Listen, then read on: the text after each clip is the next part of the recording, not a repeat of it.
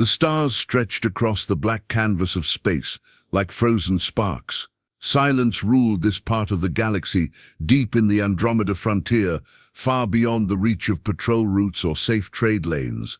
Only the bold, the desperate, or the unlucky came this far. The crew of the Nightingale counted themselves as all three. Captain Ilara Voss stood on the bridge of the ship, her arms crossed as she stared out the forward viewport. She was a woman of sharp eyes and quiet strength, not the loudest voice in the room, but always the one people listened to. Her dark uniform was worn at the cuffs, her boots scuffed by years of work.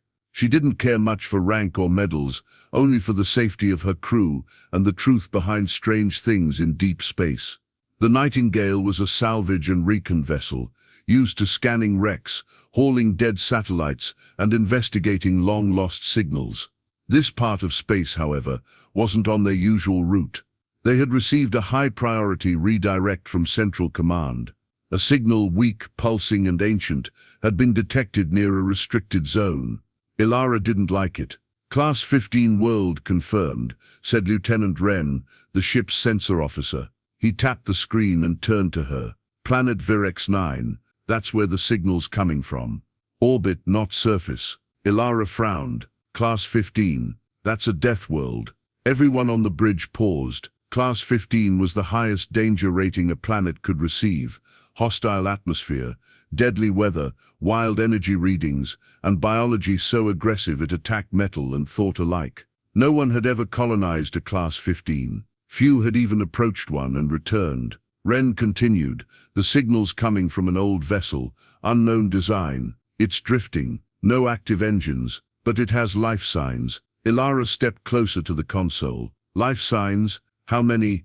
10, maybe 12. Hard to read. Biosignatures are strange, but human. Now the silence deepened. Engineer Mara leaned over the comms station. Human, out here, on a ship near Virex 9? Wren nodded slowly. That's what it says. But the signal, it's ancient, like 2 centuries old.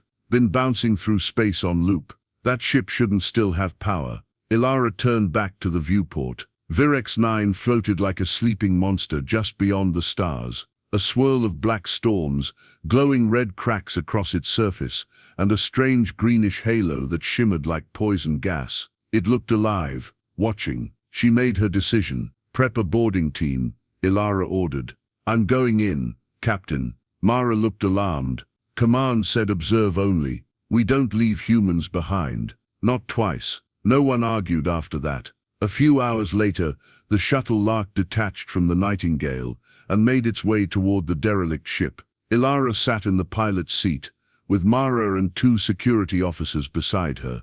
As they approached, the shape of the vessel came into view. It was unlike any Earth design, long and smooth, with parts that looked almost grown rather than built. The hull shimmered in patches, as if reacting to the light, but it was cracked in places, exposed to vacuum, and still, there was air inside, and life. Docking now, Ilara said, steady hands guiding the ship. They sealed to the broken airlock and entered with caution. The air inside was stale but breathable. Lights flickered overhead, dim orange and blue. Strange symbols lined the walls. Some looked like old Earth writing, others were unknown. Then they heard it. Footsteps. From around the curve of the corridor, a figure appeared, tall, barefoot, skin pale with faint green lines like veins of energy. The figure stopped when it saw them, eyes wide, full of both shock and understanding. It was human. It looked wild, like someone who had grown up in the jungle.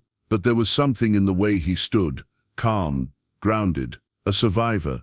You're not supposed to be here, he said softly. His voice was rough, but clear. No one comes here anymore. Ilara stepped forward, stunned. Who are you? The man's eyes met hers. My name is Kale. My people, we are what you left behind. The crew stared in disbelief. Humanity, lost, forgotten, was still alive, just outside the edge of known space, clinging to a world no one thought survivable. Ilara realized, with a chill, that this was no ordinary salvage mission. This was a secret buried by time, orbiting a world no one dared to touch. Captain, Wren's voice crackled over the comms. You're not going to believe this. There are more of them, and they've been here for over 200 years. Ilara looked back at Kale. How did you survive? Kale smiled faintly. We didn't survive, Captain. We changed. She felt the air grow heavier. Around them the ship groaned like it remembered the past, and didn't forgive it. The silence inside the strange ship was thick. Captain Ilara Voss walked slowly behind the man named Kale. Her crew followed close, weapons lowered but ready. The lights along the corridor flickered as if reacting to their presence. Every surface looked old, yet somehow alive. The walls pulsed faintly, as if breathing. Ilara studied Kale's back as he moved. His skin was pale but smooth. Thin green lines ran along his arms and neck, glowing softly beneath the surface. His hair was dark and tied in cords, likely with fiber from the ship or something else. He wore simple clothing, woven, tough, and handmade. No boots, only coal-used feet. He walked confidently, without fear. Mara leaned close to Ilara. He looks human, but not entirely. He is, Ilara whispered. But he's something more now. Kale led them into a large open chamber. It must have once been the central hold of the ship. It had been changed. Long strands of glowing vines hung from the ceiling. Pools of green-blue liquid shimmered on the floor, with soft mist rising from them. Strange lights floated in the air like insects made of glass, and they weren't alone. A group of people stood waiting. Men, women, even children. All shared Kale's look, familiar, but not quite the same as the humans on Earth. Some had glowing marks on their faces. Others had golden or silver eyes. One woman had small, clear membranes where ears should be. They watched silently, with expressions of calm curiosity. Kale raised a hand and spoke in a firm, respectful voice. These are travelers from the stars. They came in peace. Ilara took a step forward. I'm Captain Ilara Voss of the salvage ship Nightingale. We followed a distress signal. An older woman stepped forward. She had long white hair and bright red eyes that glowed faintly in the dim light. I am Yenna. We sent that signal generations ago. We did not think anyone would still be listening. Ilara's mind raced. Generations ago. That meant they weren't just survivors. They were descendants. You're from Earth? Mara asked carefully. Yenna nodded. Our ancestors were. Their ship was called the Solace Dawn. They came on a deep space mission. Something went wrong. They crashed near Varex 9. No one came for them. Ilara exchanged a look with her team. The Solace Dawn had been listed as missing over 200 years ago. Its final report claimed a navigation failure and loss of signal. The crew had been declared dead. Yenna continued. Virex is not kind. Many died in the early years. The planet tests everything. Your lungs, your blood, your thoughts. But some adapted. Kale pointed to the glowing pools. The planet isn't just dangerous. It's alive. It has rules. We learned them. We listened. And over time it accepted us. Ilara looked around the chamber again. The vines, the lights, the atmosphere.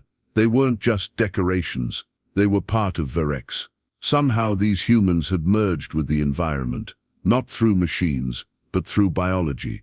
This ship, Ilara asked, is it your home? Kale shook his head. It was. Not anymore. Now it's a bridge. A place where we meet the old world. We live on the surface. We've made homes there. We farm. We live in harmony with the planet. But Virex is a death world, Mara said. Nothing survives down there. Kale's eyes flashed. That's what they told you. But you never looked. Ilara felt a deep unease settle in her chest. What else had humanity missed, or ignored? We didn't know, she said quietly. We were told no one could survive, that this planet would kill anything that touched it. Yenna walked closer. Some wanted it that way. Not everyone in your worlds wants to know the truth.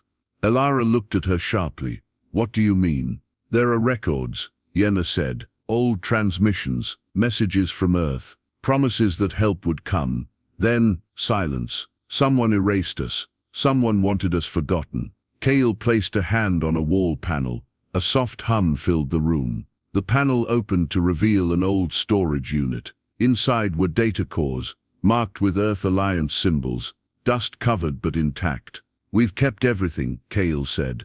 The logs, the messages, the evidence. Ilara's heart pounded.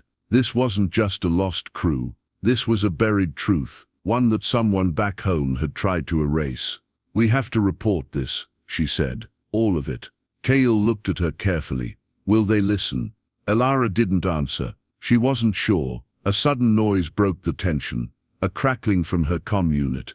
"Captain Voss, this is Nightingale. A council vessel just entered the system. They say they're here to assist. Led by Dr. Soren Hale." Ilara's face went cold. Cale was not just a scientist. He was a council agent, known for hiding dangerous truths. If he was here, this mission had just taken a dangerous turn. She looked at Cale, then at the group behind him. These people had survived a world meant to kill them. They had built a new life, and now that life was in danger again. "We have to move fast," she said. Cale nodded. "We're ready. We've been waiting a long time for someone to come back." The skies above Varex 9 were dark and storm-filled as the Nightingale hovered in orbit, watching a second ship approach. Its sleek hull gleamed like polished glass, sharp and narrow, built not for travel but control. It was a vessel from the Intergalactic Preservation Council, and it was not here to help. Captain Ilara Voss stood in the command bay of the derelict vessel, her eyes fixed on the small holographic projection of the incoming ship. Her crew had returned to the Nightingale for safety, but she stayed behind with Cale and the others. She recognized the ID code flashing across the screen. "Dr. Soren Hale," she said quietly. "I should have known it would be him." Cale stepped beside her. "Who is he?" "A council scientist. High-ranking, famous in the inner systems for controlling risks. What that really means is, he erases anything that doesn't fit their vision of order." Cale's face tightened. "He will try to silence us." Ilara nodded once. "Yes, that's what he's always done." Outside, the council ship docked with the derelict. Moments later, the hiss of pressurizing air filled the corridor. The outer door slid open, and Dr. Hale stepped in. He was tall, dressed in an elegant black coat with silver lines along the collar.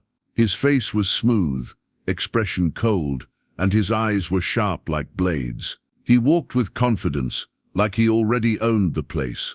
Behind him came two council guards, silent, armored, carrying sleek energy weapons. Hale didn't greet Ilara. He simply looked around the chamber, eyes moving over the glowing plants, the strange lights, and the humans who watched him without fear. "So," Hale said, his voice smooth and practiced, "the rumors were true." "They're not rumors anymore," Ilara replied. "They're people." Hale smiled faintly.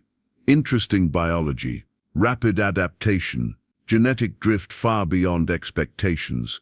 If confirmed, this will be the most important evolutionary leap in human history." Cale stepped forward. "We are not specimens." Hale turned his gaze to him. "You are proof, and proof must be studied carefully." Ilara's hands curled into fists. "They're survivors, and they're not your property."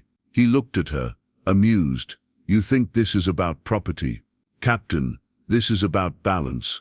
These people, whatever they've become, are unknown, unpredictable, and powerful. Their existence could destabilize everything. Colonies could panic. Governments would fall over themselves to weaponize their biology. They aren't weapons. They could be," Hale said, "and that makes them dangerous." He turned to his guards. "Begin data transfer from the core systems. Secure all records. Lock down the site." One guard moved toward the storage unit where the old Earth data cores were kept. Cale stepped in his way. "You will not touch our history." The guard raised his weapon. "Stand down." Ilara barked. "This is still my operation." Hale raised a hand calmly, signaling the guard to pause. "Captain, you have fulfilled your role. You found something valuable. Now step aside before you interfere further." "I don't take orders from the council," she said firmly. "You do now," he said, voice like ice. "Unless you want to be relieved of command." The room grew tense. Cale's people did not move, but they watched Hale with stillness that felt like pressure. The glowing lights above them dimmed slightly, as if the ship itself shared their mood. Ilara knew this was just the beginning. Hale wasn't here to protect knowledge. He was here to bury it. The council would take the records, dissect the people, and classify the truth until no one could find it again. She had to act before that happened. Later that night, in the deep corridors of the derelict ship, Ilara met secretly with Kale and Yena. They stood beside the hidden archive room, where the most important logs were kept. "There's not much time," she whispered. "He'll try to erase everything." Yena nodded. "We've prepared for this. There are backups, deep ones, but they can't stay here." Ilara glanced over her shoulder. "Can you move them to the Nightingale?" Kale nodded. "If we do it before the next system scan." "Good. I'll distract Hale. You start the transfer." Yena touched her arm gently. "You're risking everything for us." Ilara's voice was steady. "I'm not doing this for you. I'm doing this because the truth matters, and someone has to stand up for it." Meanwhile, aboard the council ship, Hale watched the scans closely. His artificial intelligence was already studying the survivor DNA in the background, silently collecting samples from the environment. Hale didn't need permission. He already had what he came for. The rest, Ilara, the survivors, even the truth, were just obstacles, but he didn't know she was already one step ahead. As Kale's people began moving the logs through hidden tunnels and sealed shafts toward the Nightingale, Ilara returned to Hale with a calm smile. "Want a tour of the ship?" she asked. He raised an eyebrow. "What are you playing at?" "Nothing. I just thought a scientist would appreciate seeing more of it. Up close." Hale didn't trust her, but he followed anyway. As they walked deeper into the ship, Ilara asked questions, simple ones about science, council policy, and evolutionary theory. Hale liked to talk. She let him. Every second she bought was another file moved, another record saved. When the transfer was complete, Ilara turned to face him fully. "You don't want this getting out, do you?" "No," Hale said, plainly. "This truth is too dangerous." She met his gaze. "Then I'm going to make sure everyone hears it." And she turned and walked away, leaving Hale standing alone in a ship full of ghosts, history, and the future of a forgotten people. The Nightingale floated quietly above Verex 9, its systems humming steadily as it processed the flood of data coming from the derelict ship.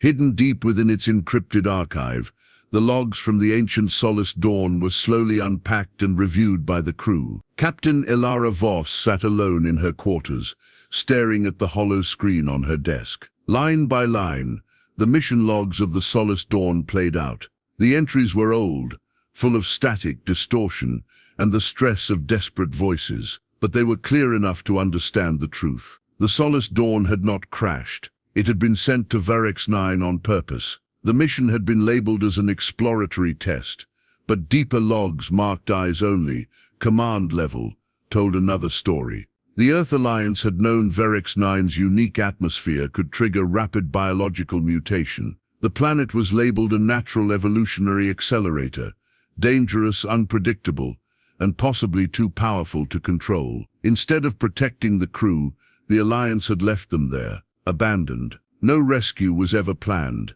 Ilara's hands tightened into fists. She remembered reading about the Solace Dawn in the Academy, how it was considered a tragic accident, lost during deep space exploration. No trace ever found, a line in a history book. But now she knew, it hadn't been an accident. It had been a choice. Down below, on the derelict ship, Kale watched as the last of the data cores were hidden in a sealed compartment of the cargo tunnel. Mara and 2 engineers from the Nightingale were helping. They worked quietly, knowing that the council was watching. Kale had grown up hearing stories about the first generation, the original crew who landed on Verex 9, and slowly changed over time. Some had gone mad from the planet's strange energies, others adapted, not through machines or genetic engineering, but through the slow, natural influence of the planet itself. The strong survived, the rest faded. They had been told Earth had forgotten them, but it wasn't true. Earth had erased them.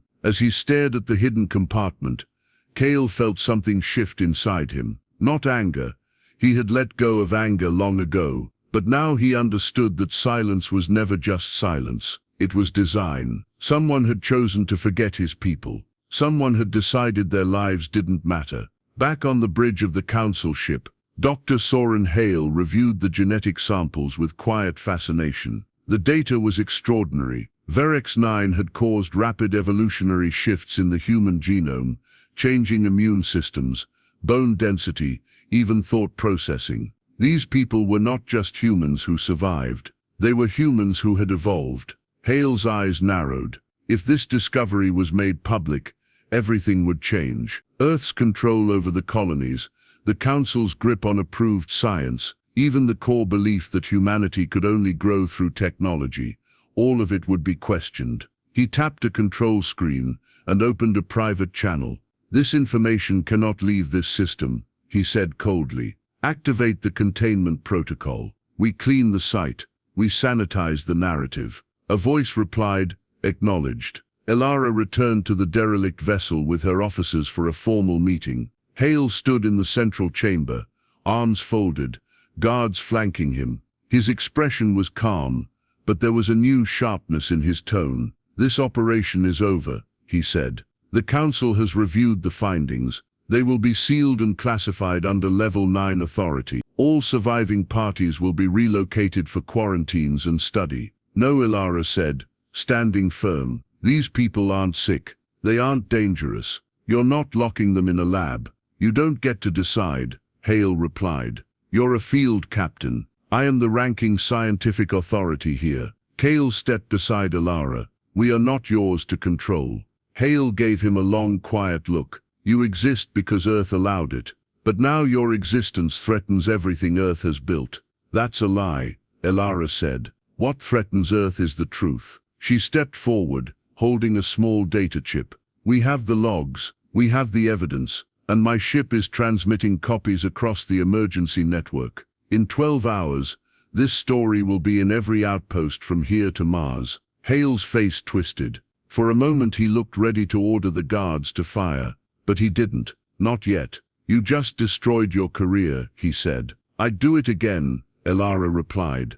The chamber fell into silence. Finally Hale turned and walked away without another word. His guards followed, weapons lowered, unsure now who was giving the right orders. Elara turned to Kale and Yena. "We've exposed the lie. Now we protect the truth." Yena nodded. "Then it's time we show you the world we've made." Elara looked at the glowing vines, the misty pools, and the quiet people who had endured so much. They weren't dangerous. They were living proof that life could survive in places others feared to look. Verex 9 wasn't just a death world. It was a place where humanity had been reborn. The clouds over Verex 9 swirled like dark ink in water.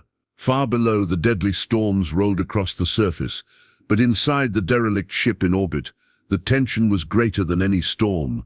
Captain Elara Voss stood on the bridge of the Nightingale, her eyes fixed on the incoming transmission from the council ship. It was a secure channel, but she had broken through it using an old override code.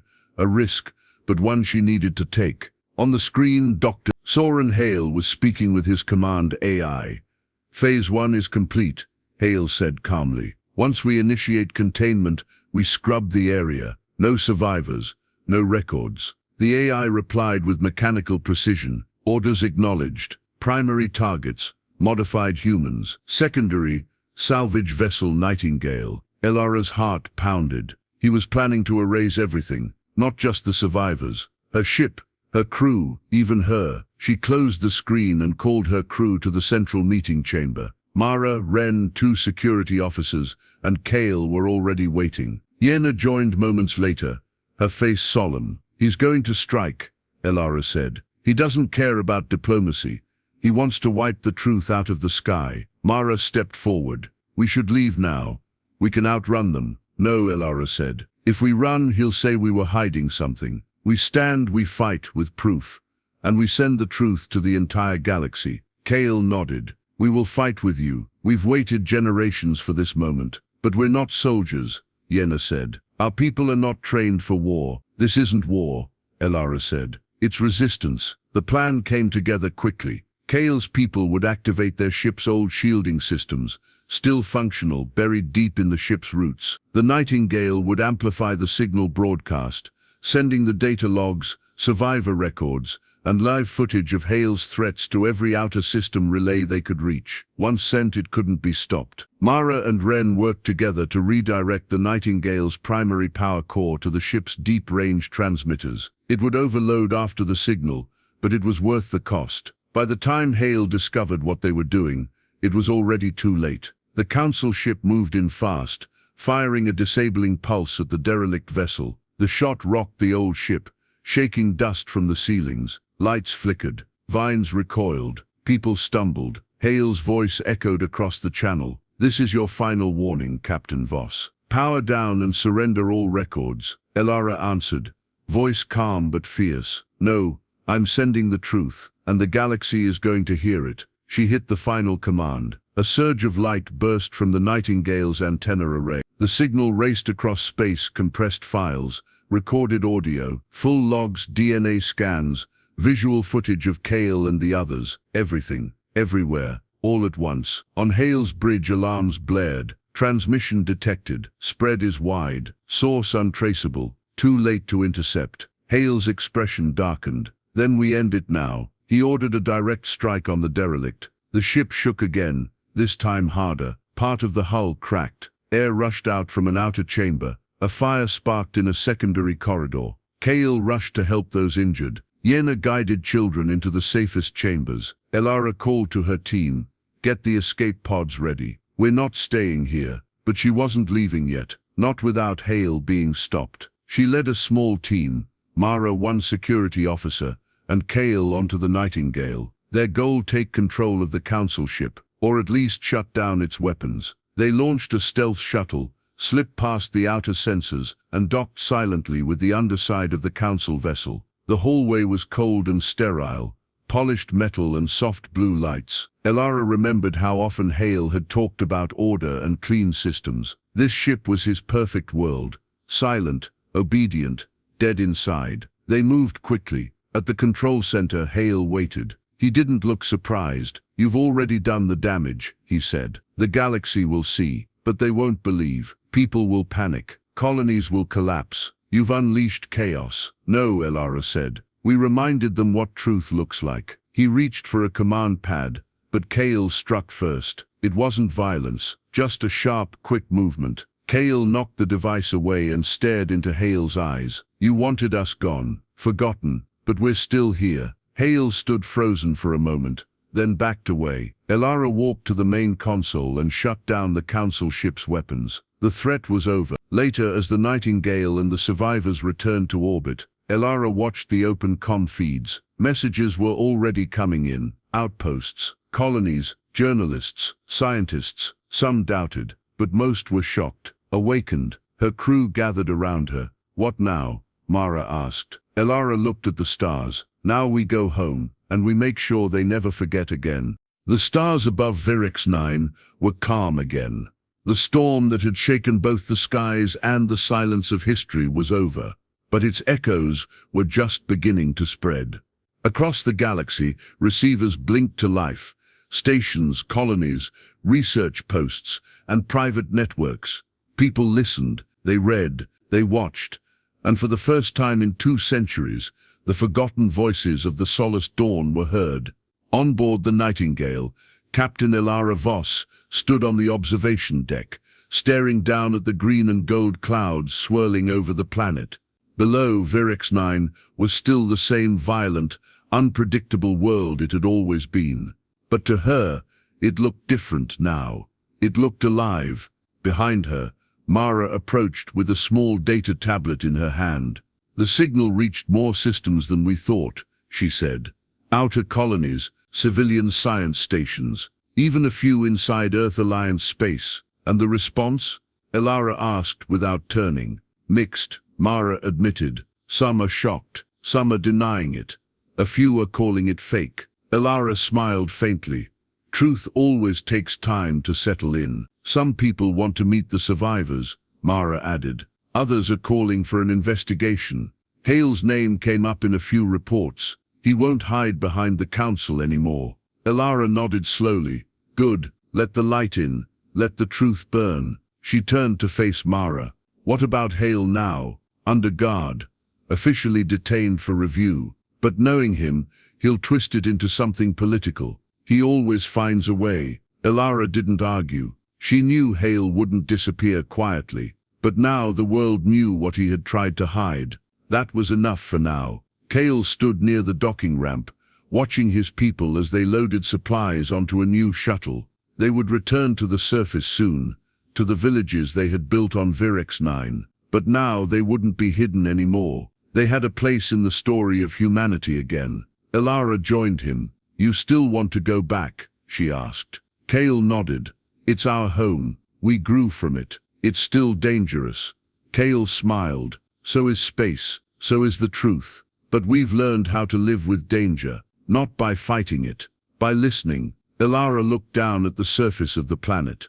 We used to call it a death world. Cale's expression stayed calm, and for a time it was. But now it's a world of change. That scares people. They'll come back, she said. Not just council ships, scientists, reporters, explorers, maybe even armies. We'll be ready. You shouldn't have to be. But we are. Later in the briefing room of the Nightingale, Elara recorded her final log. This is Captain Elara Voss. Mission report. Final entry. We found a derelict ship near Virex 9, one of the most dangerous planets known to the galaxy. The signal we followed led us to survivors, humans abandoned over 200 years ago. But they were not broken. They were changed. They had adapted. Their existence proves what we've forgotten, that humanity is not fragile. It can grow even in the worst places. We exposed the lie. We faced the ones who wanted to erase it, and we told the truth. She paused, then added, this is not the end of their story, but it was the start of ours. She closed the log. 1 week later, the Nightingale prepared for departure. Its systems were damaged but operational. The council ship had withdrawn, taking Hale with it, surrounded by questions and scrutiny. Elara stood at the edge of the launch bay. Cale and Yenna were there, along with a dozen others from the Virex community. They had chosen to remain on the planet, but now they had contact with the galaxy beyond. Yenna stepped forward. You've done more than bring truth, Captain. You gave us a voice. You always had one, Elara said. We just didn't listen. Cale offered his hand. Elara shook it firmly. Will you come back? He asked. Maybe one day, she said. But next time I won't come to rescue you. I'll come to learn. Cale smiled. Then we'll be here. As the Nightingale rose into space, leaving the world below, Elara watched the surface fade into shadow and light. The signal was still broadcasting, repeating a simple message. They survived. They adapted. And they are human. The galaxy would take time to understand, but understanding always began with one thing: truth. Elara closed her eyes for a moment, not in sadness, but in peace. Then she turned to her crew. Set course for home, she said. We've got a lot to explain. The ship accelerated, stars blurring ahead.